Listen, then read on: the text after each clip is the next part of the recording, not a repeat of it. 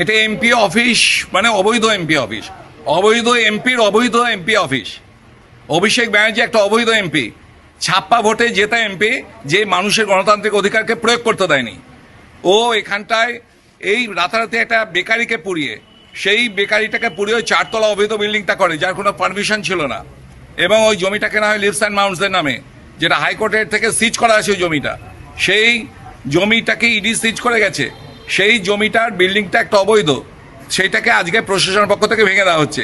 এই জন্য আমাদের মাননীয় মুখ্যমন্ত্রী, আমাদের আদরের শুভেন্দুদা, আমাদের ডিএম, আমাদের এখানকার এসপি, পুলিশ প্রশাসন, সকলকে আমি ধন্যবাদ দেব যে এতদিনে আমাদের যে দাবিটা ছিল, যে এই অবৈধ বিল্ডিংটাকে শেল্টার করে অভিষেক ব্যানার্জি যেভাবে ক্রিমিনাল রাজ শুরু করেছিল, এবং এখানে পুলিশ প্রহরায় যেভাবে ক্রিমিনাল থাকতো, সেই ক্রিমিনাল রাজের আজকে প্রথম ধাপটাকে ভাঙা হলো, এবং এরপর আস্তে আস্তে সব হবে, এবং একদম সর্বশেষে ভাইপোকে গারদে পোড়ানো হবে।